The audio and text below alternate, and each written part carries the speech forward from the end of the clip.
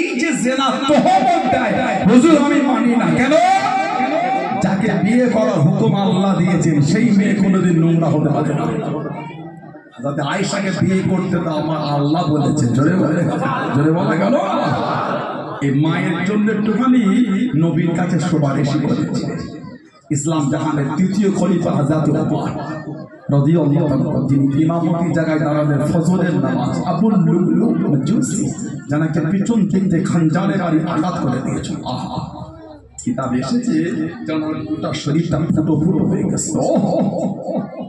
শরীর ক্ষত হয়ে গেছে।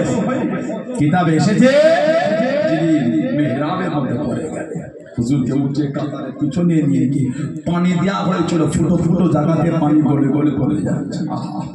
দুধ দেওয়া হলো, দুধ পানিতে নিয়েছে, দুধও বার হয়ে যায়। কম বেশি 3 দিন ছিলেন, তারপরে শহীদ হয়ে গেলেন।